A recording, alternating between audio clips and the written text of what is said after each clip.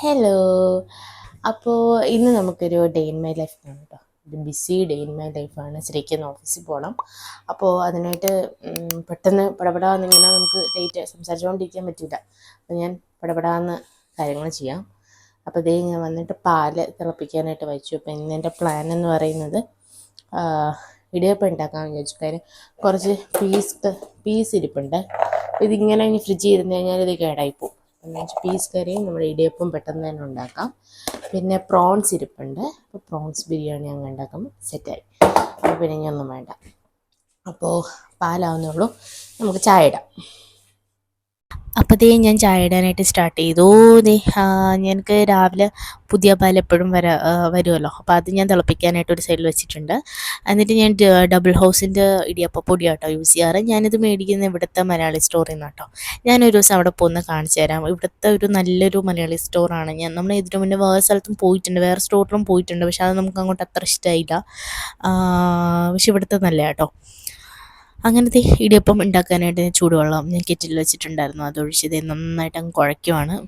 ഇതിൻ്റെ കൂടെ ഞാൻ ചായ ഇടുന്നുണ്ട് കേട്ടോ. കാര്യം വെച്ചാൽ ഇന്ന് ഫുൾ മൾട്ടി ടാസ്കിങ് ആണ്. കാരണം ഒട്ടുമേ സമയമില്ല.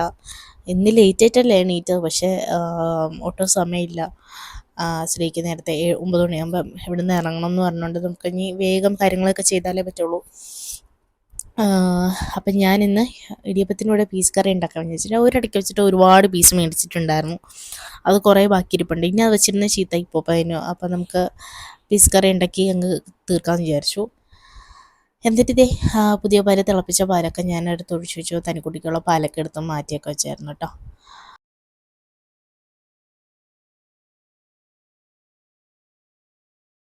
ഞാൻ പിന്നെ രണ്ടല്ല ഒരു 3 മുട്ട ഞാൻ പുഴുങ്ങാനായിട്ട് നമ്മുടെ ഇടിയപ്പത്തിൻ്റെ താഴത്തെ തട്ടുണ്ടല്ലോ അതിൻ്റെ ഉള്ളിൽ തന്നെ വെക്കാമെന്ന് വിചാരിച്ചു. അപ്പോൾ തന്നെ വേഗം ആകുമല്ലോ.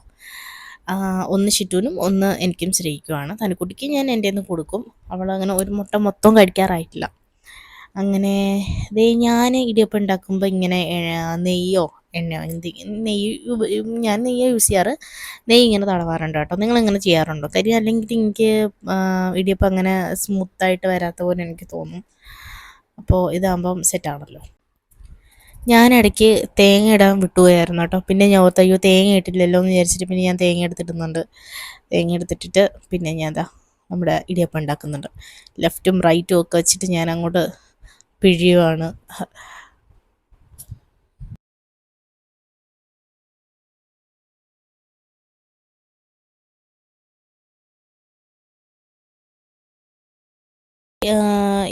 എൻ്റെ ഇടിയപ്പം ഉണ്ടാക്കുന്നത് ഈ സ്ക്രൂമേല കേട്ടോ ഈ സാധനം വെക്കാറ്. പക്ഷെ അത് ഇടയ്ക്ക് കാണാണ്ടായി. നമ്മൾ പറയില്ലേ ഇടയ്ക്ക് വെച്ച് നമ്മൾ ധൃതിയിലൊരു സാധനം നോക്കുവാണെങ്കിൽ അന്നേരം ആ സമയത്ത് കിട്ടത്തില്ല. അന്നേരം ഭയങ്കര ദേഷ്യം വരും നമുക്ക്. ഞാൻ സ്ഥിരം വെക്കുന്ന സ്ഥലത്ത് തന്നെ വയ്ക്കാറ്. പക്ഷെ അന്നേരം അത് നോക്കി കുറേ സമയം കളഞ്ഞു. അത് കഴിഞ്ഞിട്ട് ഞാൻ ശരിക്ക് ചായയും റസ്ക്കും ഒക്കെ കൊടുത്തിട്ട് റസ്ക് നല്ല റസ്ക് കേട്ടോ. ഞാൻ എനിക്ക് ഷോർട്ട്സ് ഇട്ടിട്ടുണ്ടായിരുന്നു. അതൊന്നും കണ്ട് മേടിച്ചാണ് നമ്മൾ. നല്ല റസ്ക് കേട്ടോ. ആരെങ്കിലുമൊക്കെ അവിടെ പോവുകയാണെങ്കിൽ നിങ്ങൾ മേടിച്ചിട്ട് വരാൻ പറയാം. നമ്മളും പറഞ്ഞിട്ടുണ്ട്. നമ്മളും കുറച്ച് പേരടുത്ത് പറഞ്ഞു വെച്ചിട്ടുണ്ട്. അങ്ങനെ നമ്മൾ പീസ് കറി എല്ലാം കൂടെ കുക്കറിലിട്ടിട്ട് അങ്ങ് എളുപ്പ പരിപാടി കേട്ടോ. നമ്മുടെ സവാളയും തക്കാളിയും വെളുത്തുള്ളിയും ഇഞ്ചിയും ഒക്കെ അതൊക്കെ ചതച്ചിട്ട് അങ്ങ് ഇടുകയാണ്. എന്നിട്ട് കറിവേപ്പിലയൊക്കെ ഇട്ട് കുറച്ച് നമ്മൾ ചൂടുവെള്ളം ഒഴിച്ചിട്ട് നമ്മുടെ മസാലപ്പൊടികൾ ഞാൻ മുളക് പൊടി ഒരുപാട് ചേർക്കുന്നില്ല.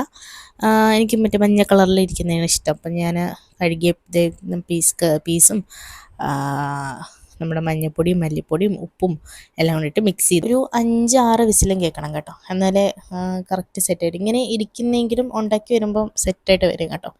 അതിനിടയ്ക്ക് ചായയൊക്കെ കുടിക്കുന്നുണ്ട്. എന്നിട്ട് അടുത്ത പരിപാടിയിലേക്ക് പോവുകയാണ്. നമ്മുടെ പ്രോൺസ് ബിരിയാണി അല്ല, പ്രോൺസ് റൈസ് കേട്ടോ. തട്ടിക്കൂട്ടാണ്. ഞാൻ ഉള്ളിയൊക്കെ തൊലിച്ച് വെക്കുന്നുണ്ട്. അത് കഴിഞ്ഞിട്ട് നമ്മുടെ 2 ഇടിയപ്പവും പീസും ഞാൻ ഒരു സൈഡിലേക്ക് മാറ്റി അടുത്ത കുക്കർ വെക്കാനായിട്ട്. എന്നിട്ട് ഞാൻ ചൂടുവെള്ളമൊക്കെ വെച്ചു. നമ്മുടെ ഞാൻ കൈമ റൈസിലായിട്ട് ഉണ്ടാക്കുക. അതായത് നമ്മൾ തനിക്കുട്ടി ചെയ്യുന്നത് ഹാപ്പി ആയിട്ട് ഇരിപ്പുണ്ട്. അപ്പം ഞാൻ ഇതൊക്കെ 2 കപ്പ് കൈമ റൈസായിട്ട് എടുക്കാറ്. എന്നിട്ട് നല്ലപോലെ കഴുകി അതൊന്ന് കുതിർത്ത് വെക്കണം. എന്നിട്ട് നമ്മുടെ ഫ്രിഡ്ജിൽ നിന്ന് ഞാൻ തൈരും നമ്മുടെ പുതിനയിലയും മല്ലിയിലയും ഒക്കെ എടുത്ത് പുറത്ത് വെച്ചു. എന്നിട്ട് നമ്മൾ അരി കഴുകി ഒന്ന് കുതിർത്ത് കുറച്ച് നേരം വെക്കണം കേട്ടോ. വെള്ളത്തിലിട്ട് ഇങ്ങനെ കുതിർക്കുകയൊന്നും വേണ്ട. ഒന്ന് കഴുകിയിട്ട് മാറ്റി വെച്ചിരുന്നാൽ മതി. കാര്യം കൈമ റൈസാണ് വേഗം വെന്ത് കിട്ടും. എന്നിട്ട് നമ്മുടെ പ്രോൺസ് മാഗ്നേറ്റ് ചെയ്യാം കേട്ടോ. നമ്മൾ മുളക് പൊടി മഞ്ഞൾപ്പൊടി മല്ലിപ്പൊടി ഉപ്പ് പിന്നെ തൈര് എല്ലാം കൂടി ഇട്ടിട്ട് ഞാൻ മിക്സ് ചെയ്ത് ഒരു സൈഡിലേക്ക് മാറ്റി വെക്കുക. എന്നിട്ട് ഞാൻ കുക്കർ എടുത്തിട്ട് കുറച്ച് എണ്ണയും കുറച്ച് നെയ്യും കൂടെ എടുക്കുന്നുണ്ട് കേട്ടോ. എന്നിട്ട് കുറച്ച് നമ്മുടെ സ്പൈസസ് ഒക്കെ അങ്ങ് ഇടുക കേട്ടോ. ബിരിയാണി നമ്മൾ യൂസ് ചെയ്യുന്ന എല്ലാ സ്പൈസസും അങ്ങ് ഇടുക. എന്നിട്ട് സവാള എടുത്തിട്ട് നല്ലപോലെ വഴറ്റിയെടുക്കുന്നുണ്ട്. അതിൻ്റെ കൂടൊപ്പം തന്നെ നമ്മുടെ ടൊമാറ്റോ കൂടെ ഇട്ടിട്ട് അതൊന്ന് വഴണ്ട് വരണം കേട്ടോ. ആ വഴണ്ട് വരുന്ന സമയം കൊണ്ട് നമ്മുടെ പുതിനയെല്ലാം ഞാനിങ്ങനെ പിച്ചി പിച്ചി പിച്ചി ഇടുകയാണ്. അതൊന്ന് കഴുകി വൃത്തിയാക്കി മണ്ണൊക്കെ പോകുന്ന രീതിയിൽ കഴുകിയെടുക്കണം കേട്ടോ. എന്നിട്ട് അതും കൂടെ അങ്ങോട്ട് കൊടുത്തിട്ട് നല്ലപോലെ നമ്മളിങ്ങനെ ബ്രൗൺ ആയിട്ട് വരണം. അത്രയും രീതിയിൽ വരണം. കാരണം നമ്മൾ വേറെ മസാലപ്പൊടിയൊന്നും ചേർക്കുന്നില്ലല്ലോ. അപ്പോൾ പിന്നെ നന്നായിട്ട് കുഴഞ്ഞ് നല്ല ബ്രൗൺ ആയിട്ട് വരണം. എന്നിട്ട് നമ്മുടെ പ്രോൺസില്ലേ അതും കൂടെ ഇങ്ങനെ ഇട്ട് കൊടുത്തിട്ട് നല്ലപോലെ മിക്സ് ചെയ്തെടുക്കാം കേട്ടോ. നല്ലപോലെ മിക്സ് ചെയ്യണം. കുറച്ച് നേരം അതൊന്നിങ്ങനെ നന്നായിട്ട് മിക്സ് ആവട്ടെ.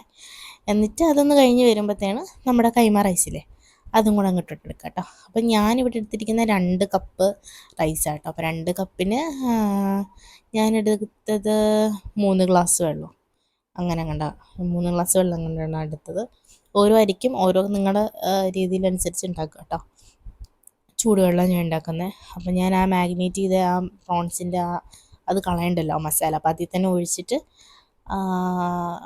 നമ്മുടെ മസാലയിലേക്ക് അങ്ങ് ഇട്ട് കൊടുക്കുക. എന്നിട്ട് ഇതേ ഒരു നാരങ്ങ പിഴിഞ്ഞ് ഞാൻ ഒഴിക്കുന്നുണ്ട്. ഉപ്പൊക്കെ കറക്റ്റാണോ എന്ന് നോക്കുക. എന്നിട്ട് ഒന്ന് ഇളക്കി കൊടുക്കുക കേട്ടോ. ഞാൻ എന്നിട്ട് ഇതേ ഒരു 1 ടേബിൾ സ്പൂൺ ഞാൻ തൈരും കൂടെ ആഡ് ചെയ്യുന്നുണ്ട് കേട്ടോ. നിങ്ങളുടെ പാകത്തിനാണ് കേട്ടോ. അതൊക്കെ പുളി ഒക്കെ നിങ്ങളുടെ പാകത്തിന് വരേണ്ട. ഇപ്പോൾ എൻ്റെ പാകത്തിനാണ് ഞാൻ ഇട്ടേക്കുന്നത്. എന്നിട്ട് ഇതേ ലാസ്റ്റ് ഞാൻ കുറച്ച് നെയ്യും കൂടെ അങ്ങോട്ട് ഒഴിച്ചു കൊടുക്കുന്നുണ്ട്.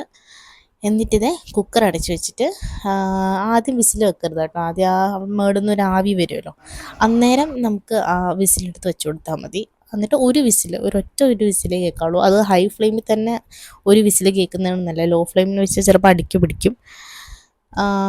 എന്നിട്ട് നമ്മളെ പീസ് കറി എടുത്തിട്ട് നോക്കി കറക്റ്റായിരുന്നു ആ പാകമൊക്കെ. അപ്പം ഞാൻ പീസ് കറിക്കുള്ള ഞാൻ കുറച്ച് തേങ്ങ ഒന്ന് അരച്ചൊഴിക്കാമെന്ന് വിചാരിച്ചു പീസ് കറിയിൽ. അപ്പം അതിനായിട്ട് നമ്മുടെ ഇടിയപ്പം റെഡി ആയിട്ടുണ്ടായിരുന്നു കേട്ടോ. അപ്പം ഞാൻ അതങ്ങ് ഓഫ് ചെയ്തു. എന്നിട്ട് നമ്മുടെ വലിയ കുക്കർ എടുത്തിട്ട് ഒരു സൈഡിലേക്കാക്കി. എന്നിട്ട് തേങ്ങ എടുത്തിട്ട് ഞാൻ ഇത്തിരി കുറച്ച് വെള്ളം കൂടെ ഒഴിച്ചിട്ട് നന്നായിട്ട് അരച്ചെടുക്കുന്നുണ്ട് കേട്ടോ. എന്നിട്ട് ഞാൻ അരച്ചിട്ട് ഞാനത് ഇങ്ങനെ അരിച്ചൊഴിക്കുന്നില്ല. ഞാൻ ആ തേങ്ങയോടെ തന്നെയാണ് ഞാൻ ആ പീസ് കറിയിലോട്ട് അങ്ങ് ഒഴിക്കുന്നത് കേട്ടോ. എന്നിട്ട് അതൊന്ന് കുറച്ച് നന്നായിട്ട് മിക്സ് ചെയ്തെടുക്കാം കേട്ടോ. മിക്സ് ചെയ്തിട്ട് പിന്നെ ഞാൻ താളിച്ച് ചേർക്കുന്നുണ്ട്. കടുക്കും നമ്മുടെ ഉണക്കമുളകും കറിവേപ്പിലൊക്കെ ഇട്ടിട്ട് ഞാനങ്ങ് താളിച്ചെടുക്കുന്നുണ്ട്.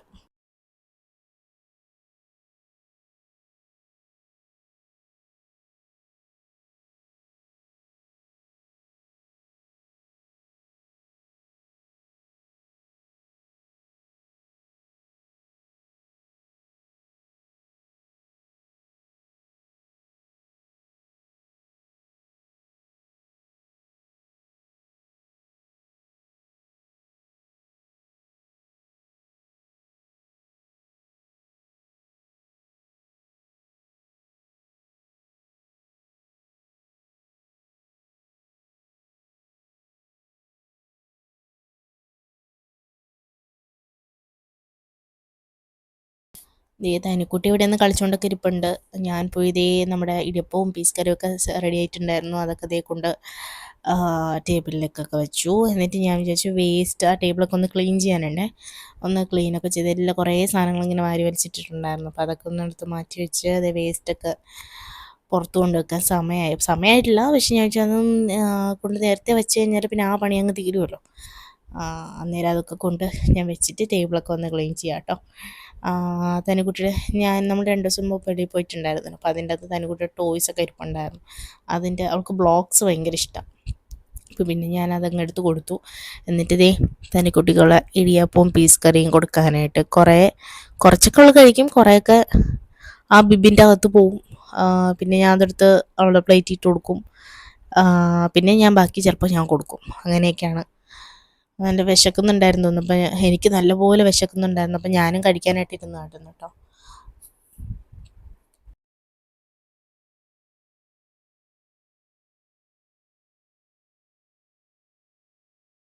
ഹലോ.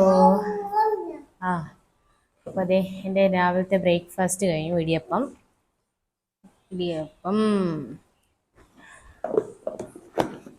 പിന്നെന്താ പീസ് കറി. അയ്യോ വിശക്കണേ. ഇപ്പം സമയം എന്തായെന്ന് അറിയോ? 9 മണിയായപ്പോഴത്തേന് എൻ്റെ പണി ഫിനിഷ് ചെയ്തു കേട്ടോ. അപ്പോൾ 1 മണിക്കൂർ എനിക്ക് ബ്രേക്ക്ഫാസ്റ്റും ലഞ്ചും ഉണ്ടാക്കാനായിട്ട്.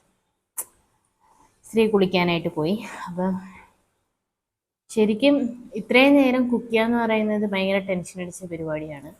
നല്ല ടെൻഷനാണ്. കാര്യം സ്ത്രീക്ക് സമയമാവോ അങ്ങനെ ഇങ്ങനെയൊക്കെ ആലോചിച്ചിട്ടാണ് ഞാൻ കുക്ക് ചെയ്യുന്നത്. കാരണം എനിക്കറിയത്തില്ല, ഇവർക്കൊന്നും അത്ര ക്ഷമയില്ല. കുഞ്ഞുങ്ങളെ ഒന്ന് നോക്കാനേ അത്ര ക്ഷമയൊന്നുമില്ല. ഞാൻ വിചാരിക്കുന്ന അറ്റ്ലീസ്റ്റ് രാവിലെ 1 മണിക്കൂർ, വൈകിട്ട് 1 മണിക്കൂർ, നമ്മൾ ഫുഡ് ഉണ്ടാക്കുന്ന നേരമില്ലേ, അന്ന് ആ ഒരു മണിക്കൂർ ഇവിടെ വെളിയിലൊക്കെ ഒന്ന് കൊണ്ടുപോയി അവളെ ഒന്ന് സമാധാനിപ്പിക്കാനും ഒക്കെ ആയിട്ട് ഒരാളെ കിട്ടിയിരുന്നെങ്കിൽ കൊള്ളായിരുന്നു. ഇന്നലെ ഒരു കുട്ടിയെ കണ്ടായിരുന്നു. നല്ല നല്ല രസമുണ്ട്. ആ കുറിച്ച് സംസാരിക്കുന്നതൊക്കെ നന്നായിട്ടുണ്ട്. അപ്പം ആ കൊച്ചു തിരക്കിലാണ്. അങ്ങനെ വേറൊരു കൊച്ചിനെ എന്താ സ്കൂളിൽ നിന്ന് വിളിച്ചിട്ട് വന്നിട്ട് ആ കൊച്ചിനെ ഇവിടെ എൻ്റർടൈൻ ചെയ്ത് നിർത്തണം. അതാണ് അതിൻ്റെ പണി. പക്ഷെ നമുക്ക് അത്രയൊന്നും വേണ്ട. നമുക്ക് 1 മണിക്കൂർ അവളെ ജസ്റ്റ് ഒന്ന് നോക്കിയാൽ 1 മണിക്കൂറിന് തന്നെ എൻ്റെ പണി. പിന്നെ എത്ര മണിക്കാണ് തുടങ്ങിയത്? 8 മണിക്കാണ് കണ്ടല്ലേ. അപ്പം 8 മണി തൊട്ട് 9-10 ആയപ്പോൾ എൻ്റെ പരിപാടി കഴിഞ്ഞു.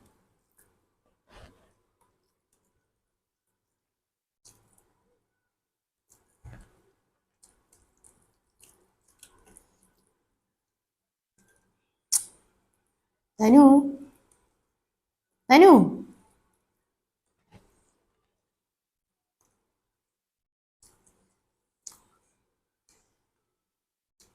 കുറേയൊക്കെ വാങ്ങിൻ്റെ അകത്ത് പോകുന്നുണ്ട്, കുറേയൊക്കെ അവളുടെ ബിബിൻ്റെ അകത്ത് പോകുന്നുണ്ട്. അത് ലാസ്റ്റ് ഞാൻ ആ ബിബിന്ന് എടുത്ത് ഇങ്ങോട്ട് ഇട്ട് കൊടുക്കും.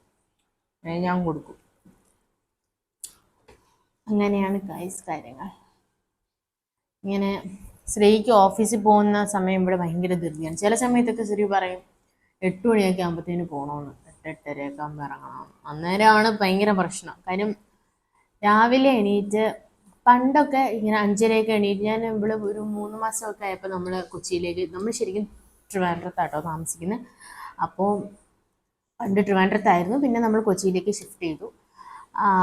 അവിടെ ഒരു ഫ്ലാറ്റൊക്കെ മേടിച്ചിട്ട് നമ്മൾ അങ്ങോട്ട് പോവുമായിരുന്നു ചെയ്തത്. അപ്പം എന്നെ പ്രഗ്നൻ്റ് ഒക്കെ ആയി ഞാൻ തിരിച്ച് ട്രിവാൻഡ്രത്തേക്ക് പോവുമായിരുന്നു. അത് കഴിഞ്ഞിട്ട് ഒരു 3 മാസമൊക്കെ ആയപ്പോൾ പിന്നെയും നമ്മൾ കൊച്ചിയിലേക്ക് വന്നു. അന്നേരമൊക്കെ ഭയങ്കര ബുദ്ധിമുട്ടായിരുന്നു രാവിലെ കുക്ക് ചെയ്യാനൊക്കെ. 5:30 ആകുമ്പോൾ ഞാൻ എണീക്കും. 5:30 ആകുമ്പോൾ ഞാൻ എണീക്കും. ഇവിടെ വന്നിട്ടും 5:30 ആകുമ്പോൾ തന്നെയാണ് ആദ്യമൊക്കെ എണീറ്റുകൊണ്ടിരുന്നത്. പിന്നെ ഒരു രക്ഷയില്ല. 5:30 എണീറ്റിട്ട് ഇവള് ശ്രീൻ്റെ കൂടെ ഇരിക്കൂല. 5:30 എണീക്കുന്ന പരിപാടി. കാര്യം ഇവിടെ നിൽക്കുന്നില്ല, ശ്രീൻ്റെ കൂടെ നിൽക്കാണ്ട് 5:30 ഇവിടെ എണീറ്റ് വന്നു കഴിഞ്ഞാൽ പിന്നെ അങ്ങനെ ശരിയാവാനാ? ഭയങ്കര ബുദ്ധിമുട്ടാവും. അപ്പോൾ പിന്നെ ഇപ്പം നോർമലായിട്ട് തന്നെ എണീക്കുന്നത്. പക്ഷെ ചില ദിവസങ്ങളിൽ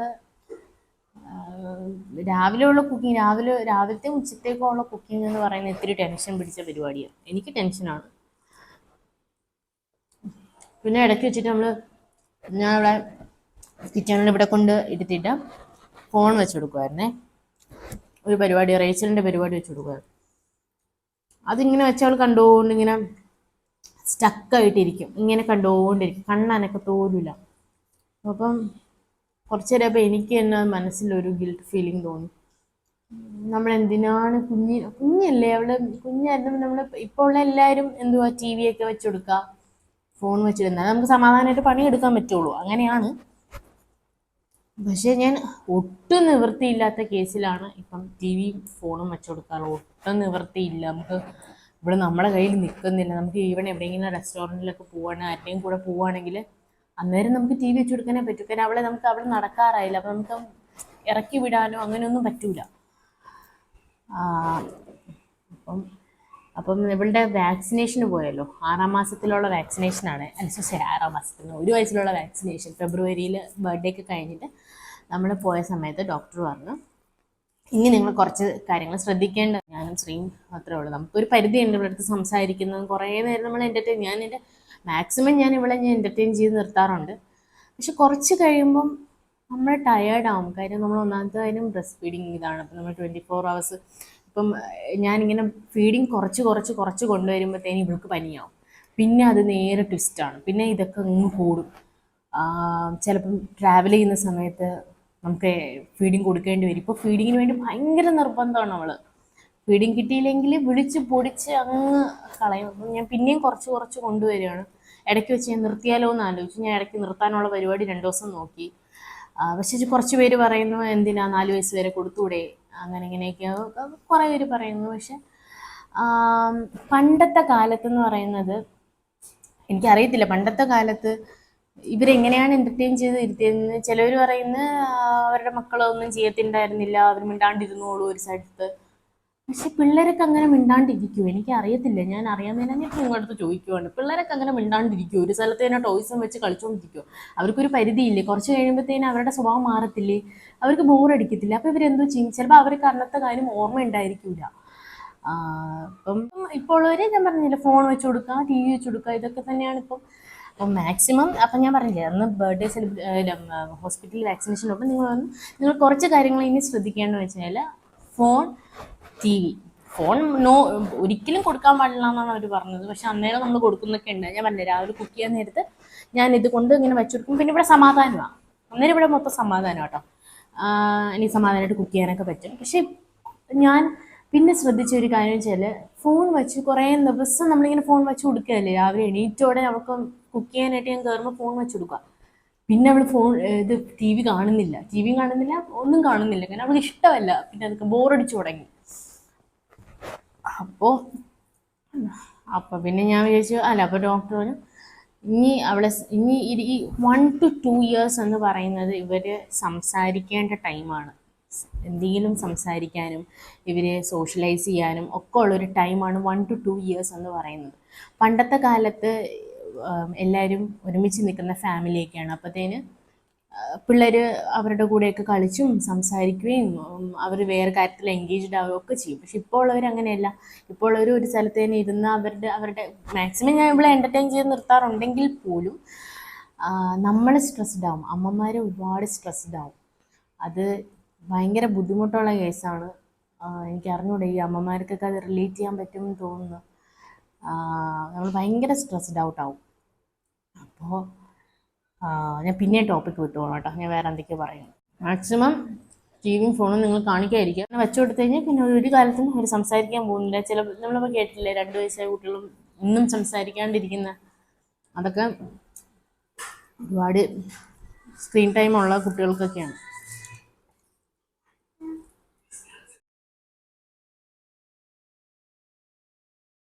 തനുക്കുട്ടി ആങ്കറി ആയി തുടങ്ങിയായിരുന്നു. കാരണം തനുക്കുട്ടിയുടെ ഫുഡൊക്കെ കഴിഞ്ഞു. അപ്പോൾ തനുക്കുട്ടി ആങ്കറി ആയി തുടങ്ങിയായിരുന്നു. അപ്പോഴത്തേന് ഞാൻ പിന്നെ എല്ലാം അവനക്ക് കുറച്ച് ബാക്കി ഉണ്ടായിരുന്നേ. അപ്പം ഞാൻ അതും കൊടുത്ത് തീർത്തു. അതും കൊടുത്തിട്ട് ഹൈ ചെയർ നമുക്ക് ഓരോ തവണ ഒരു മീൽ കഴിച്ച് കഴിയുമ്പോഴത്തേന് ഹൈ ചെയർ ക്ലീൻ ചെയ്യാന്ന് പറഞ്ഞൊരു മെനക്കെട്ട കേസാട്ടോ. പിന്നെ നമുക്ക് ചെയ്തേലേ പറ്റുള്ളൂ. അപ്പോൾ പിന്നെ അതൊക്കെ ഞാൻ ക്ലീൻ ചെയ്യും കേട്ടോ. അതിൻ്റെ ഇടയിലൊക്കെ ഈ നമ്മൾ കൈ വെക്കുന്ന ആ സൈഡിൻ്റെ ഇടയിലൊക്കെ ഇങ്ങനെ ഫുഡ് കയറി പറ്റിയിരിക്കും. പിന്നെ അതൊക്കെ ഞാൻ ക്ലീൻ ചെയ്തു. തറയിലൊക്കെ ആയിട്ടുണ്ടായിരുന്നു. അതൊക്കെ ഞാൻ പിന്നെ വൃത്തിയാക്കി എടുക്കുന്നുണ്ട് കേട്ടോ.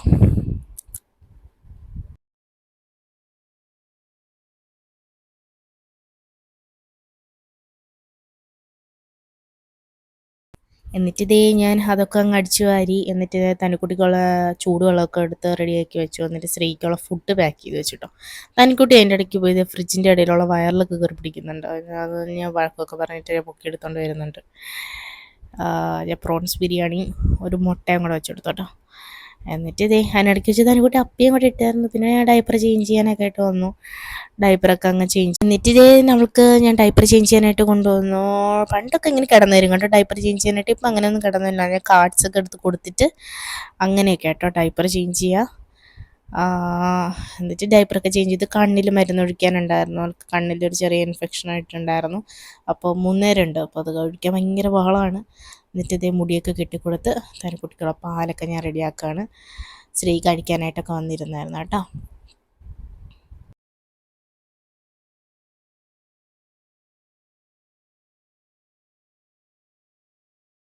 നമ്മുടെ അവിടെ ഒരു കൃഷ്ണ ഇരിപ്പുണ്ടല്ലോ. അപ്പം ഞാൻ തൊഴുന്ന കണ്ടിട്ട് അവൾ അതുപോലെ ഇങ്ങനെ തലയിൽ കൈ വെച്ചിട്ട് അങ്ങ് തൊഴുക കേട്ടോ. നല്ല രസമായിരുന്നു അവൾ കാണിക്കുന്നത് കാണാനായിട്ട്. എന്നിട്ട് ഇതേ ശ്രീക്ക് ഞാൻ വെള്ളമൊക്കെ എടുത്ത് വെച്ച് കൊടുത്തു. എന്നിട്ട് ഇതേ ശ്രീ ടാറ്റയൊക്കെ ബൈ ബൈ ഒക്കെ പറഞ്ഞ് പോവാ കേട്ടോ. ശ്രീ പോകുമ്പോൾ എന്തോ പോലെ കേട്ടോ, ഒരു ഭയങ്കര മൂഡ് ഓഫാണ്. ഞാൻ ഭയങ്കര മൂഡ് ഓഫാണ്. വീട്ടിലെന്തോ ഒരു ആളനക്കം കുറഞ്ഞ പോലെയൊക്കെ തോന്നും. അല്ലെങ്കിൽ ശ്രീ ഉള്ളപ്പോൾ ഒരു രസമാണ് വീട്ടിൽ. അങ്ങനെ ദേ ഞാൻ യാത്ര അയക്കാനായിട്ട് പുറത്ത് പോയപ്പോഴത്തേനും ഒരുത്തി ചാടിയൊക്കെ വരുന്നുണ്ട്. എന്നിട്ട് അത് എടുത്തുകൊണ്ട് വന്നപ്പോൾ ആദ്യം കരയൊക്കെ ചെയ്തു. എന്നിട്ട് ഇതേ ഞാൻ ടേബിളൊക്കെ ഒന്ന് എടുത്ത് മാറ്റി വെച്ച് അവൾ എന്ത് ചെയ്യും എന്ന് ആലോചിച്ചുകൊണ്ടിരിക്കുന്നു. കുറച്ച് നേരം ബാൽക്കണിയിൽ കൊണ്ടിരുത്താമെന്ന് വിചാരിച്ചിട്ട് ബാക്കി പാലും കൂടെ അങ്ങ് കൊടുത്ത് തീർക്കാമെന്നൊക്കെ വിചാരിച്ചിട്ട് ഇങ്ങനെ ഇരിക്കുമായിരുന്നു. അന്നേരം അവൾ കുടിക്കുന്നൊന്നും ഉണ്ടായിരുന്നില്ല. പിന്നെ ഞാൻ ടോയ്സൊക്കെ എടുത്ത് വെച്ചിട്ട് കുറേ നേരം പിന്നെ ഇവിടെ തന്നെ കളിയായിരുന്നു. ഫെച്ച് കളിയും അതും ഇതുമൊക്കെ ആയിട്ട് പിന്നെ കുറേ നേരം അവളെ ഇവിടെ തന്നെ ഇരിപ്പുണ്ടായിരുന്നു.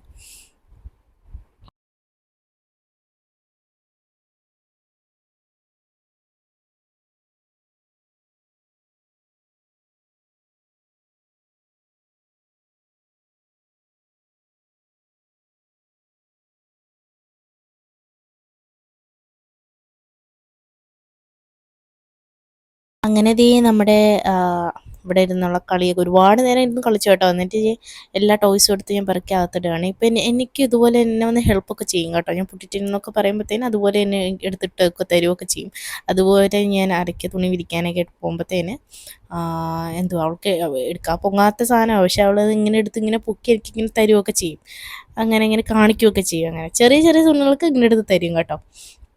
നല്ല രസമാണ് ഇപ്പോഴത്തെ ഓരോ അവളുടെ മാറ്റങ്ങളൊക്കെ കാണാനായിട്ട് നല്ല രസമാണ്.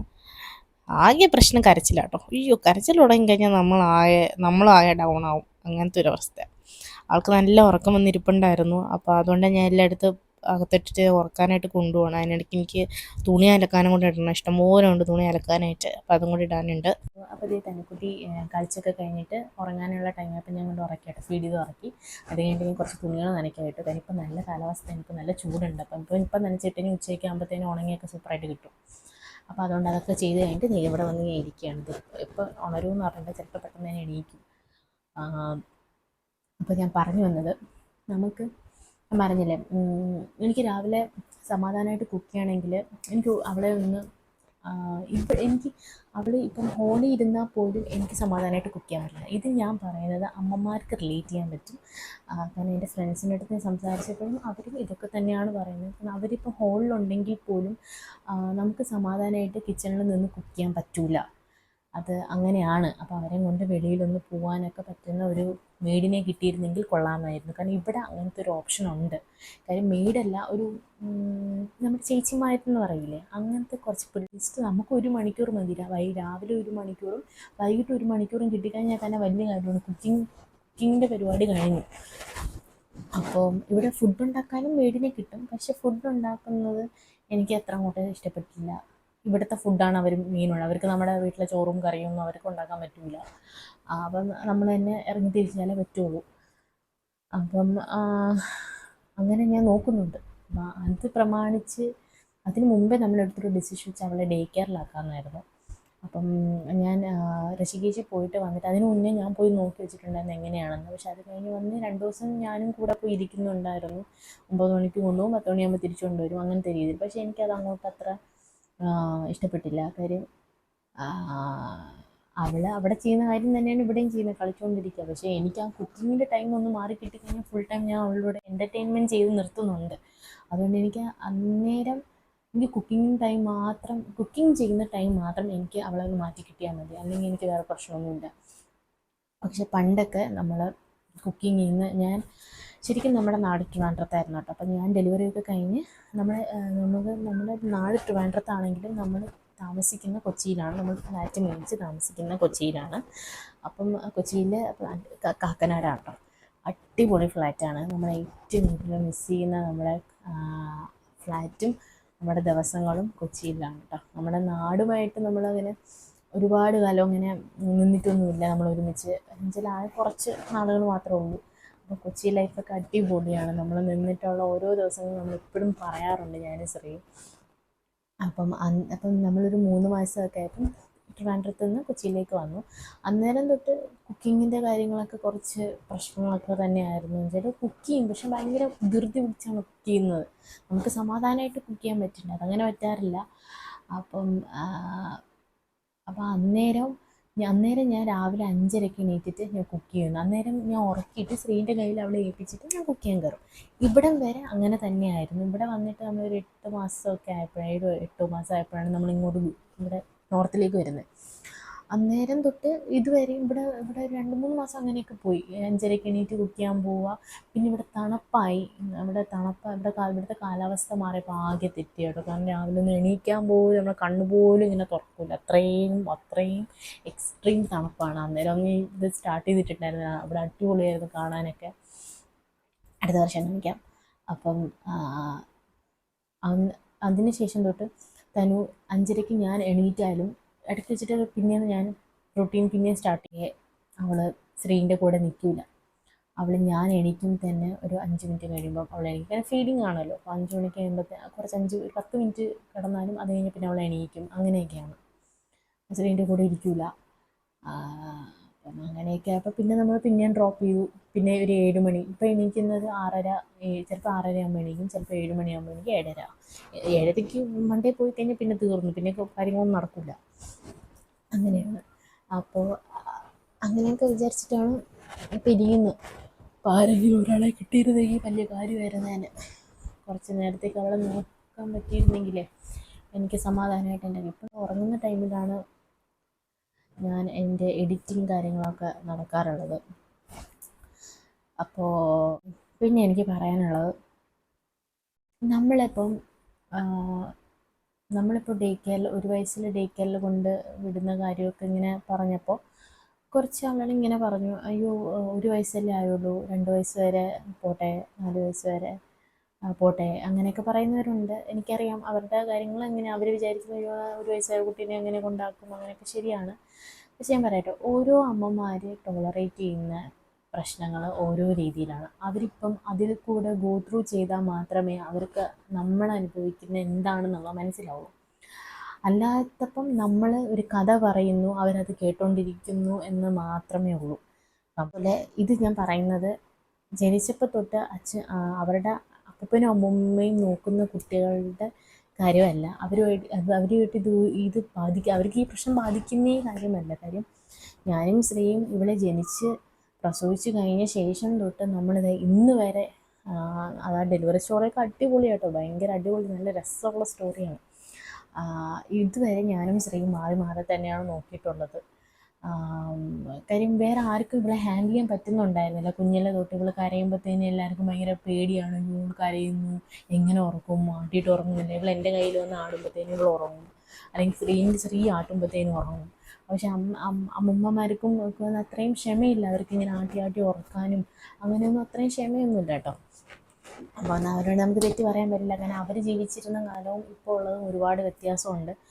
അപ്പോൾ ഞാൻ പറഞ്ഞു വന്നത്, ഇപ്പം ഇങ്ങനെയൊക്കെ ആരെങ്കിലും കൊണ്ടാക്കുകയാണെങ്കിലോ അങ്ങനെയൊക്കെ പറയുമ്പോഴത്തേന് നിങ്ങളൊന്ന് ട്രൈ ചെയ്ത് നോക്ക്, നിങ്ങൾക്ക് 1 മണിക്കൂർ അറ്റ്ലീസ്റ്റ് കിട്ടുന്ന വലിയ കാര്യമാണെങ്കിൽ കൊണ്ടാക്കി നോക്കുന്നൊക്കെ പറഞ്ഞ് സമാധാനിപ്പിക്കാൻ ശ്രമിക്കട്ടെ. അല്ലാതെ എടുത്തടിച്ച പോലെ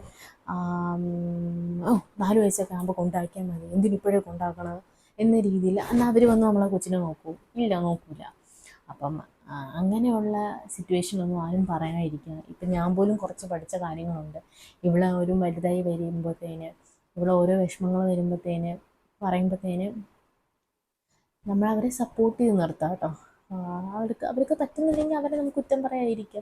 അല്ലാതെ ഇങ്ങനെ പറയുകയാണ്, നമ്മൾ പണ്ട് കുഞ്ഞുങ്ങളെ നമ്മൾ നോക്കിയതല്ലേ, നമ്മൾ ഇത്ര വയസ്സായ കുഞ്ഞുങ്ങളെ നമുക്ക് പാടുള്ള കേസിന്, കുഞ്ഞുങ്ങളെ നോക്കുന്ന പാടുള്ള കേസാണെന്ന് നമുക്കറിയാമെന്നുള്ള കാര്യമാണ്. അതെല്ലാവരും. അല്ലാതെ ഒരാളും പണ്ടത്തുള്ളവർ പ്രസവിച്ച് കഴിഞ്ഞോടെ സ്വന്തമായിട്ട് അച്ഛനും അമ്മയും നോക്കുന്നതൊക്കെ റെയർ കേസസാണ്. അല്ലാതെ നോക്കുന്നതൊക്കെ അപ്പൂപ്പനും അമ്മൂമ്മയും അല്ലെങ്കിൽ അവരുടെ ജോലിക്കാരികളോ ആരെങ്കിലും ഒക്കെ തന്നെയായിരിക്കും. അപ്പം നമ്മുടെ കേസിൽ ഞാനും ശ്രീയും തന്നെയാണ് ഇവിടെ നോക്കിയത് ജനിച്ചപ്പോൾ തൊട്ട്. അപ്പം അങ്ങനെ പറയാണ്ട് കുറച്ച് ഇപ്പം ഇന്ന് വരെ എന്നോട് ഡെലിവറി കഴിഞ്ഞിട്ട് കുഞ്ഞിനെ കാണാൻ അല്ലാണ്ട് വീഡിയോ കോൾ ചെയ്യുന്നതല്ലാതെ അവളെങ്ങനെ ഇരിക്കുന്നു, സുഖമായിട്ടിരിക്കുന്നു, അങ്ങനെ ഒരു മനുഷ്യനും ചോദിച്ചിട്ടില്ല കേട്ടോ. കുറച്ച് അവിടെ ഇവിടെയൊക്കെ ആദ്യം കുഞ്ഞിൻ്റെ വിശേഷമായിരിക്കും ചോദിക്കുന്നത്, അത് കഴിഞ്ഞിട്ടായിരിക്കും നമ്മുടെ വിശേഷം. ചിലപ്പോൾ ചോദിച്ചില്ല അത്ര, അങ്ങനത്തെ രീതിയിൽ പോകും. എനിക്കാകെ ചുരുക്കം ഫ്രണ്ട്സ് മാത്രമേ ഉള്ളൂ കേട്ടോ. അതെന്താണെന്ന് വെച്ചാൽ നമ്മൾ പറയാറില്ല, വളരെ സത്യമായിട്ടുള്ള കാര്യം. നമ്മളെപ്പോഴും ഒരു ഫ്രണ്ടുമായിട്ട് കോൺടാക്റ്റ് ഒക്കെ ചെയ്ത് അവരുടെ ഒരു കോൺടാക്ട് ലിസ്റ്റിലൊക്കെ ഉണ്ടെങ്കിൽ മാത്രമേ ചിലവരെ നമ്മൾ കൂട്ടുകയുള്ളൂ. അല്ലെങ്കിൽ നമ്മളായിട്ട് യാതൊരു കണക്ഷനും ഉണ്ടാവില്ല. അങ്ങനെ കുറേ ഫ്രണ്ട്സ് എൻ്റെ കയ്യിൽ നിന്ന് പോയിട്ടുണ്ട്. അതുകൊണ്ട് ഇപ്പോൾ എനിക്ക് കുറച്ച് ചുരുക്കം ഫ്രണ്ട്സ് മാത്രമേ ഉള്ളൂ. അവരുമായിട്ട് ഞാൻ ഇപ്പോഴും കോൺടാക്റ്റാണ്. ഞാൻ ഡെലിവറി കഴിഞ്ഞപ്പോൾ തൊട്ട് അവരിപ്പോഴും എന്നോട് ചോദിക്കാറുണ്ട്, നീ ഓക്കെ ആണോ, നീ എങ്ങനെ പോകുന്നു കാര്യങ്ങൾ, എല്ലാം ഹാൻഡിൽ ചെയ്തൊക്കെ പോകുന്നുണ്ടോ, അങ്ങനത്തെ രീതിയിലൊക്കെ ചോദിക്കാറുണ്ട്. ശരിക്കും നമ്മൾ ഡെലിവറി കഴിഞ്ഞിട്ട് നമ്മുടെ അടുത്ത് ഒന്ന് ഓക്കെ ആണോ, നീ അമ്മമാരൊന്ന് ഓക്കെ ആണോ എന്ന് ചോദിക്കുന്നത് വളരെ സന്തോഷമുള്ള കാര്യമായിട്ട് ശരിക്കും ഞാൻ പറയണം. ഭയങ്കര സന്തോഷം നമുക്ക് കിട്ടും അന്നേരം. ഇത് ചിലവർക്ക് പറയുമ്പോൾ വെച്ചാൽ എന്തോന്ന് സന്തോഷം കിട്ടാനാണെന്നൊക്കെ ചിലവർ വിചാരിക്കും, പക്ഷെ അങ്ങനെയല്ല. ഇടയ്ക്ക് വെച്ച് നമ്മുടെ മെയ്ഡ് വന്നായിരുന്നേ. അപ്പോൾ പുള്ളിക്കാരി വന്ന് അടിച്ചു വാരി തൂത്തു, പാത്രമൊക്കെ കഴുകി വെച്ചിട്ട് പോയി. അപ്പം അതുകൊണ്ട് അത് ഇത്തിരി സമാധാനമാണ്. ഇവിടെ ശരിക്കും മെയ്ഡിനൊക്കെ സാലറി ഒക്കെ കുറവാട്ടോ. നമ്മുടെ നാട്ടിൽ വെച്ച് നോക്കുമ്പോൾ നല്ല കുറവാണ്. അതുകൊണ്ടാണ് ഇവിടെ കുഞ്ഞുങ്ങളെ നോക്കാനും പിന്നെ ഓരോ കാര്യത്തിനും ഓരോ മെയ്ഡുണ്ട്. അപ്പം ഞാൻ പറഞ്ഞു വന്നത്, അമ്മമാർക്കും കൺസിഡറേഷൻ കൊടുക്കൂ. അമ്മമാരുടെ അടുത്തും ചോദിക്കൂ, സുഖമായിട്ടിരിക്കുന്നു, നിങ്ങൾ ഓക്കെ ആണോ, നിങ്ങളുടെ കാര്യങ്ങളൊക്കെ നടക്കുന്നുണ്ടോ. അല്ലാണ്ട് നിങ്ങളുടെ പണ്ടത്തെ കാര്യങ്ങളും പറഞ്ഞ് നമ്മളങ്ങനെ ചെയ്തിട്ടുണ്ടോ, അതൊക്കെ വലിയ കാര്യങ്ങളാണ്. നിങ്ങൾ പണ്ടൊക്കെ ചെയ്തിരുന്നതൊക്കെ ഭയങ്കര വലിയ കാര്യങ്ങളാണ്. പക്ഷെ അതൊന്നും പറയാണ്ട് അവരെടുക്കുന്ന ഓരോ ഡിസിഷനും മാനിക്കൂ. അല്ലാണ്ട് ഇങ്ങനെയൊന്നും പറയാണ്ടിരിക്കുക. എല്ലാ അമ്മമാരും അപ്പന്മാരും അവരുടെ നല്ലതിന് വേണ്ടിയിട്ടേ ഓരോ കാര്യങ്ങളും ചെയ്യത്തുള്ളൂ. അല്ലാണ്ട് നമുക്ക് ബുദ്ധിമുട്ടായിട്ടും അങ്ങനെയൊന്നും ആയിരിക്കില്ല നമ്മൾ ഓരോ കാര്യങ്ങളും ചെയ്യുന്നത്. അപ്പം അതൊക്കെ ഒന്ന് നിങ്ങൾ ശ്രദ്ധിക്കുക കേട്ടോ. പിന്നെന്താ, തനിക്കുട്ടി എണീക്കും. ഇപ്പം സമയം 1:30 കഴിഞ്ഞ് 1:50 കേട്ടോ. സമയം പോയത് അറിഞ്ഞില്ല. പെട്ടെന്ന് സമയം പോയി. കുറേ നേരം ഫ്രണ്ടിൽ ഇരുന്ന് കളിച്ചായിരുന്നേ. അപ്പം സമയം പോയെന്ന് അറിഞ്ഞില്ല. ഇനി തനിക്കുട്ടി വിശക്കുന്നുണ്ടാവുമെന്ന് തോന്നുന്നു. ഇനി എണീറ്റിട്ട് ഒന്ന് മേല് കഴിക്കും. തല കുളിപ്പിക്കാൻ പറ്റത്തില്ല അവൾക്ക്, മൂക്കൊലിപ്പ് കാരണം തല കുളിപ്പിക്കാൻ പറ്റത്തില്ല. കഴിച്ചിട്ട് ഭക്ഷണമൊക്കെ കൊടുത്ത് ഞാനും ഭക്ഷണമൊക്കെ കഴിച്ച് നമ്മളിങ്ങനെ ഇരിക്കും. എന്നിട്ട് നോക്കട്ടെ ഇനി. പിന്നെ അത് കഴിഞ്ഞിട്ട് ഇനി ഉച്ചയ്ക്ക് വെളിയിൽ കൊണ്ട് ഇറക്കാൻ പറ്റത്തില്ല. ഞാൻ പറയില്ല, നല്ല വെയിലാണ് ഇവിടെ. നല്ലപോലെ കാലാവസ്ഥ മാറുന്നുണ്ട്. അപ്പോൾ വെളിയിൽ ഇനി കൊണ്ടിറക്കാൻ പറ്റില്ല. ഇനി വൈകിട്ട് ഇറക്കാൻ പറ്റും.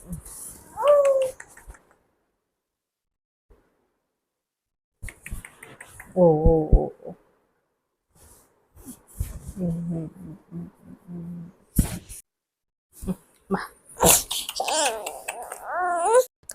അങ്ങനെ കരഞ്ഞോണ്ടാട്ടോ എണീറ്റത്. അങ്ങനെ കുറച്ച് നേരം സമാധാനിപ്പിക്കുക, ഓരോന്നൊക്കെ പറയുകയൊക്കെ ചെയ്തപ്പോൾ പിന്നെ ആള് സെറ്റായി, ഓക്കെ.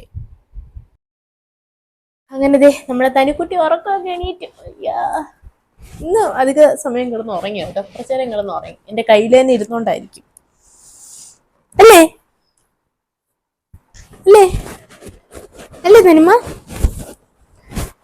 ഷിറ്റുവിന് ഫുഡ് കൊടുത്തില്ല, മറന്നുപോയി. ഷിറ്റുവിന് 12 മണിയാകുമ്പോൾ ഫുഡ് കൊടുക്കണേ. ഇന്ന് 1:30 കഴിയും.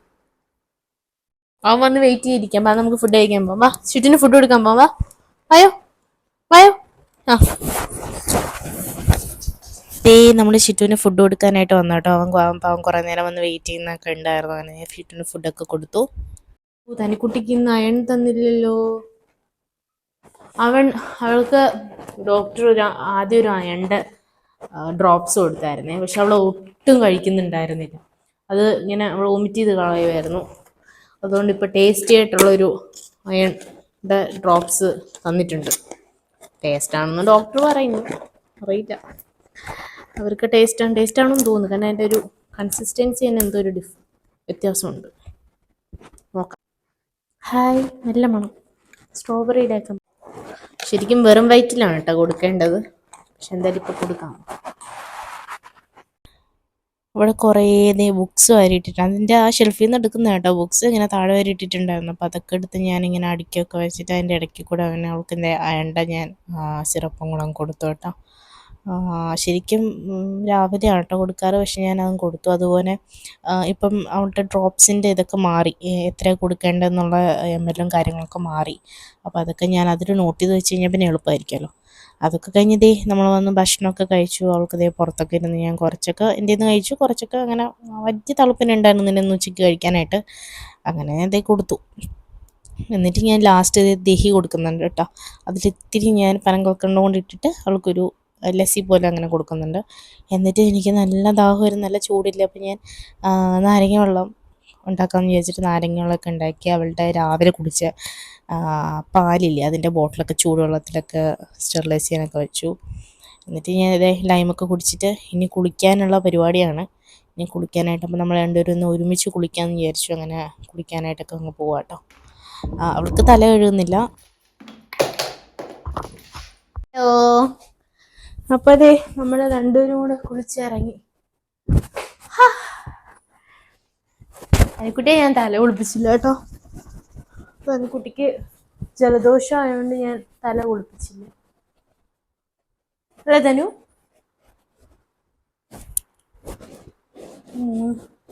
ഇപ്പം എത്ര മണിയായെന്നറിയോ? 3:15 ഇന്ന് വേഗം സമയം പോയി കേട്ടോ. അതിക്കുട്ടിക്ക് ക്രീമൊക്കെ ഇട്ട് കൊടുക്കണം, സൺസ്ക്രീൻ ഇടണം. ഇവിടെ പൊരിഞ്ഞ വെയിലാട്ടോ. അയ്യോ, ഈ സൺസ്ക്രീനൊക്കെ എടുത്ത് വാരി ഞാൻ പൂശിയിട്ടുണ്ട്, നല്ലപോലെ പൂശി. കാര്യം ഞാൻ തുണിയൊക്കെ വിരിക്കാനൊക്കെ പോകുമ്പോഴേ എന്തോ അവിടെ നല്ല വെയിൽ ഉണ്ട്, അപ്പം നല്ലതായിട്ട് വെയിൽ കൊള്ളുകയൊക്കെ ചെയ്യും. അപ്പം ഞാൻ സൺസ്ക്രീനൊക്കെ വാരി പൂശി. ഇത് തനിക്കുട്ടിക്ക് ഞാൻ മോയ്സ്ചറൈസർ ക്രീമൊക്കെ എടുത്തിട്ട് കൊടുത്തു. അവൾ നല്ലതായിട്ട് സൂചിച്ച് കിടക്കുന്നുണ്ട് കേട്ടോ.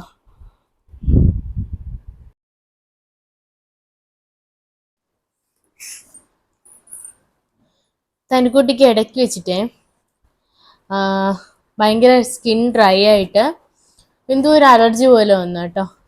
കൊതു അടിച്ചിട്ടാണോ അറിയില്ല. അങ്ങനെ ഇവിടെ ഇത്രയും ഭാഗം നല്ല പാടായിരുന്നു. എന്നിട്ട് ഇവിടെയൊക്കെ നല്ല ഡ്രൈ സ്കിന്നായിട്ട് ആകെ സീനായിരുന്നു. അങ്ങനെ ഡോക്ടർ ഒരു ഫിസിയോജെൽ എന്ന് പറഞ്ഞിട്ട് ഹൈപ്പോ അലർജറ്റിക് ഒരു ക്രീം തന്നിട്ടുണ്ട് കേട്ടോ.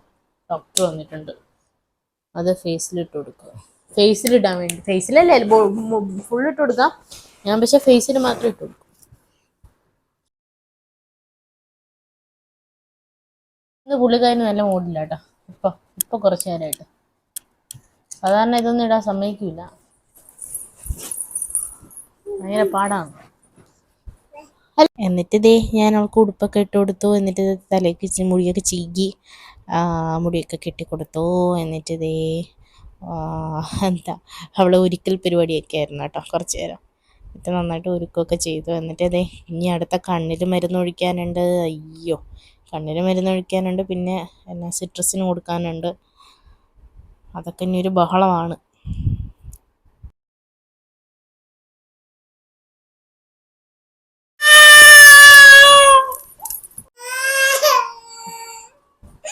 ആളിത് നല്ല കരച്ചിലായിരുന്നു. എന്നിട്ട് ഇത് എനിക്കൊരു കാർഡ് എടുത്ത് തന്നു കേട്ടോ. എന്നിട്ട് ഞാൻ അത് പിടിച്ച് മറച്ചു പിടിച്ചപ്പോഴത്തേനും പിന്നെ എനിക്ക് അടുത്ത കാർഡ് എടുത്ത് തന്നു. പിന്നെ ആൾ ചിരിക്കാൻ തുടങ്ങി. പിന്നെ ആൾ സെറ്റായി കേട്ടോ. പിന്നെ ആ കരച്ചിലെന്നൊക്കെ മാറി ആൾ സെറ്റായി. പിന്നെ അത് കഴിഞ്ഞിട്ട് പിന്നെ ഇതേ നമ്മൾ കുറേ പാട്ടൊക്കെ പാടി, അവളുടെ റൈംസൊക്കെ പാടി. അവൾക്ക് ഭയങ്കര ഇഷ്ടമാണ് ചില റൈംസൊക്കെ. അതൊക്കെ പാടി അവൾ അതുപോലെ ആക്ഷനൊക്കെ കാണിക്കും. അങ്ങനെ ഞാൻ അത് കാണിക്കുമ്പോഴത്തേനും അവൾ അതുപോലെയൊക്കെ കാണിക്കാനൊക്കെ ആയിട്ട് ശ്രമിക്കും കേട്ടോ. അങ്ങനെ കുറച്ച് നേരം അവളുമായിട്ട് കളിച്ചോണ്ടൊക്കെ ഇരുന്നിട്ട് നമ്മൾ പിന്നെ അവൾക്ക് പിന്നെയും ഉറങ്ങാനൊക്കെ സ്റ്റാർട്ട് ചെയ്തു. പിന്നെ പാട്ടൊക്കെ പാടി ഞാൻ അങ്ങ് ഉറക്കി. അങ്ങനെ അവള് ഉറങ്ങിയൊക്കെ എണീറ്റ് കേട്ടോ. കുറച്ച് നേരം അധികം കിടന്ന് ഉറങ്ങി. അന്നേരം ഞാൻ കുറച്ച് നേരമൊക്കെ എഡിറ്റ് ചെയ്തു. അപ്പോഴത്തേന് ശ്രീ വന്നു കേട്ടോ. ശ്രീ വന്നു, ചായയൊക്കെ ഇട്ടു. പുറത്ത് പിള്ളേരൊക്കെ ഇരുന്ന് കളിക്കും കേട്ടോ. ഈ സമയം നല്ല ചൂടുണ്ട്. അപ്പോൾ എല്ലാവരും എല്ലാ കുട്ടികളും വെളിയിൽ ഇറങ്ങും കേട്ടോ. അങ്ങനെ ഞാൻ ചായയൊക്കെ ഇട്ട് കഴിഞ്ഞു. ഞാൻ പറഞ്ഞില്ലേ രാവിലെ നമുക്ക് ശ്രീ ഒരു 4-5 മണിയൊക്കെ ആയപ്പോൾ കേട്ടോ എത്തിയത്. എന്നിട്ട് നമ്മൾ കുറച്ച് നേരമൊക്കെ ഒരുപാട് നേരം സംസാരിച്ചു. ഓഫീസിലെ വിശേഷം, വീട്ടിലെ കാര്യങ്ങൾ, എല്ലാവരുടെയും കാര്യങ്ങൾ, ഇങ്ങനെയൊക്കെ നമ്മൾ വിശേഷമൊക്കെ പറഞ്ഞുകൊണ്ടൊക്കെ ഇരിക്കുവാണ്. രാവിലെ നമുക്ക് സംസാരിക്കാൻ പറ്റിയില്ലല്ലോ. അപ്പം അതിൻ്റെയൊക്കെ നമ്മൾ വൈകിട്ട് അങ്ങ് തീർത്തു കേട്ടോ. അത് കഴിഞ്ഞ് ഞാൻ ഷിട്ടുവിനെയും കൊണ്ട് പോട്ടി ചെയ്യിക്കാനായിട്ട് പോവാണ്. ഒരു 5:30 ആയിട്ടുണ്ടായിരുന്നു കേട്ടോ. അങ്ങനെ ഇതാട്ടോ നമ്മുടെ ഫ്ലാറ്റ്. എയ്റോപ്ലെയിനൊക്കെ കണ്ടപ്പോൾ തനിക്കുട്ടി ഇതൊക്കെ ചൂണ്ടിക്കാണിക്കുവാണ്. എന്നിട്ട് അവനെ പൂട്ടി ചെയ്യിക്കുന്ന ഈ ഏരിയയിലാട്ടോ ഞാൻ കൊണ്ടുപോകാറ്. കുറച്ച് അങ്ങ് ദൂരം ഉണ്ട്, അതുവരെ പോവും. പക്ഷെ ഷിട്ടുവിന് ഒട്ടും വയ്യായിരുന്നു. ഷിട്ടു ടയേർഡായിട്ട് ഇങ്ങനെ ഇപ്പോൾ ഉണ്ടായിരുന്നു. സാധാരണ ഉഷാറായിട്ട് പോട്ടിയൊക്കെ ചെയ്യുന്ന ആളാണ്. അവന് വയ്യ നടന്നിട്ട്, ചൂടൊക്കെ ആയിട്ടാന്ന് തോന്നുന്നു. അങ്ങനെ എനിക്കും വയ്യാണ്ടായിട്ടോ. എനിക്ക് എന്തോ ഒരു തലകറക്കമൊക്കെ ആയിട്ട്. ശ്രീനോട് ഞാൻ പ്രാമൊക്കെ കൊണ്ടുവരാൻ പറഞ്ഞു. കാര്യം എനിക്ക് മേലോട്ട് കയറാൻ പറ്റുന്നില്ല, ഭയങ്കര തലകറക്കം. അങ്ങനെ ദേ ശ്രീ പ്രാമൊക്കെ ആയിട്ട് താഴെ വന്നു. ഞാനതൊക്കെ ഷിട്ടുവിനെ എടുത്തുവിട്ട്, ഷിട്ടുവിൻ്റെ പുറകെ പോകുന്ന പിള്ളേരാട്ടോ ഇത്. ഷിട്ടുവിന് ഭയങ്കര ഫാൻസാണ് ഇവിടെ. എന്നിട്ട് ഇതാ തനുവിനെ ഞാൻ പ്രാമിലിരുത്തി തനുവിനെ കളിക്കാനായിട്ടൊക്കെ കളിക്കുന്ന ഏരിയയിലൊക്കെ കൊണ്ടുവന്നു. അവൾ ദേ കുറേ നേരം കളിച്ചുകൊണ്ടൊക്കെ ഇരുന്നു. എന്നിട്ട് നമ്മുടെ ഫ്ലാറ്റിൻ്റെ തൊട്ടടുത്ത് തന്നെ ഫ്ലാറ്റിൽ ഇതൊരു മലയാളി ഫാമിലി ഉണ്ട് കേട്ടോ. അപ്പം ഇത് സൗമ്യ ചേച്ചിയും, സൗമ്യ ചേച്ചിക്ക് 2 മക്കളുണ്ട്, പിന്നെ ചേട്ടനുണ്ട്. അപ്പം ചേട്ടൻ ഓഫീസിൽ പോയി. അപ്പം ഇടയ്ക്ക് നമ്മളിങ്ങോട്ട് വരാറുണ്ട്. അപ്പം നല്ല ഫാമിലിയാണ്. നമുക്ക് ഒരുപാട് ഹെൽപ്പൊക്കെ ചെയ്യുന്നുണ്ട് കേട്ടോ. ചെയ്തിട്ടുണ്ടായിരുന്നു ഗുരുഗ്രാമിൽ വന്ന സമയത്ത്. അവരാണ് നമുക്ക് ഫ്ലാറ്റൊക്കെ എടുത്തു തന്നത്. അപ്പം ഒരുപാട് നമ്മളെ ഹെൽപ്പ് ചെയ്യുന്ന ഒരു ഫാമിലി കേട്ടോ. അങ്ങനെ അതേ മോനുമായിട്ട് ഭയങ്കര കളിയാണ്. തനിക്കുട്ടി ഭയങ്കര ഇഷ്ടമാണ് അവൾക്ക് ഇവിടെ വരാനായിട്ട്. ഇവിടെ വന്നിട്ട് ചേട്ടൻ്റെ കൂടെ കളിയാണ്. മോന് അപ്പം സ്കൂള് അവധിയാട്ടോ. അപ്പം അന്നേരം അവനുമായിട്ട് ഭയങ്കര കളിയൊക്കെ ആയിരുന്നു. അങ്ങനെ കുറച്ച് നേരം നമ്മൾ അവിടെയൊക്കെ ഇരുന്ന് സ്പെൻഡ് ചെയ്തു കേട്ടോ. എനിക്കാണെങ്കിൽ ഒട്ടും വയ്യ. ഞാൻ ചേച്ചിനോട് ഇടയ്ക്കിടയ്ക്ക് പറയുന്നത്, ചേച്ചി എനിക്ക് ഒട്ടും വയ്യ, ഭയങ്കര ക്ഷീണം തോന്നുന്നു എന്നൊക്കെ. അങ്ങനെ അത് അവളെയും എടുത്തിട്ട് ഞാൻ തിരിച്ചു കുറച്ച് നേരമൊക്കെ അവിടെ ഇരുന്നു കേട്ടോ. എന്നിട്ട് തിരിച്ചു പോവാണ്. തിരിച്ചു പോയിട്ട് ഇത് ഫ്ലാറ്റിൻ്റെ ഫ്രണ്ടിൽ തന്നെ കുറച്ച് ഏരിയ ഉണ്ടല്ലോ, അവിടെ നിന്ന് അവളെ നടക്കാനൊക്കെ ആയിട്ട് ഇങ്ങനെ കളിപ്പിക്കരുത്, ഇടയ്ക്കൊന്ന് വീഴുകയൊക്കെ ചെയ്തു. അങ്ങനെ നല്ല അയ്യോ എനിക്കൊന്നും പറയാനില്ല. ഞാൻ ഇപ്പോൾ പോലും എനിക്ക് ഒട്ടും വയ്യ കേട്ടോ. ഞാൻ വോയിസ് ഓവർ കൊടുക്കുമ്പോഴും എനിക്ക് ഒട്ടും വയ്യ. എനിക്ക് രാത്രി പനിയൊക്കെ ആയിരുന്നു. അത്രയും കണ്ടീഷനിൽ പോയി. പിന്നെ ഇടയ്ക്ക് ഡോളൊക്കെ കഴിച്ചു. എന്നിട്ട് ഇതേ നമ്മൾ വീട്ടിൽ വന്ന് തനിക്കുട്ടി അവിടെ മൊത്തം നിരങ്ങിയതല്ലേ, അപ്പോൾ ഫുൾ കാലൊക്കെ കഴിപ്പിക്കാനായിട്ട് ശ്രീനോട് പറഞ്ഞു. ഇതേ ഷിറ്റു ഭക്ഷണം കഴിച്ചുകൊണ്ടിരിക്കുകയാണ്. ഇതേ ഞാൻ ഭക്ഷണം കഴിക്കാനായിട്ട് സ്റ്റാർട്ട് ചെയ്തു. പക്ഷേ എനിക്കൊന്നും വേണ്ടായിരുന്നു. ഞാൻ പിച്ചി പിച്ചി ഇരിപ്പുണ്ടായിരുന്നു. എനിക്ക് കിടന്നാൽ മതി. പക്ഷേ എനിക്കറിയാം കിടന്നാലും കാര്യമില്ല. കാരണം വെച്ചാൽ അവൾ ഉറങ്ങാൻ ഒരുപാട് സമയം എടുക്കും. അത് കഴിഞ്ഞിട്ട് അവൾ നല്ല ഒച്ചയിലാണ് രാത്രി കരഞ്ഞിട്ട് എണീക്കുക കേട്ടോ. അപ്പം തന്നെ നമ്മൾ ഉറക്കം പോകും. അപ്പോൾ നല്ല നമുക്ക് റെസ്റ്റ് എടുക്കാൻ പറ്റുന്നില്ല. ഈ വയ്യാഞ്ഞിട്ട് നമ്മൾ റെസ്റ്റ് എടുക്കാണ്ടിരിക്കുമ്പോൾ നമ്മൾ കൂടുതൽ ഇങ്ങനെ ടയേർഡ് ആവത്തേ ഉള്ളൂ.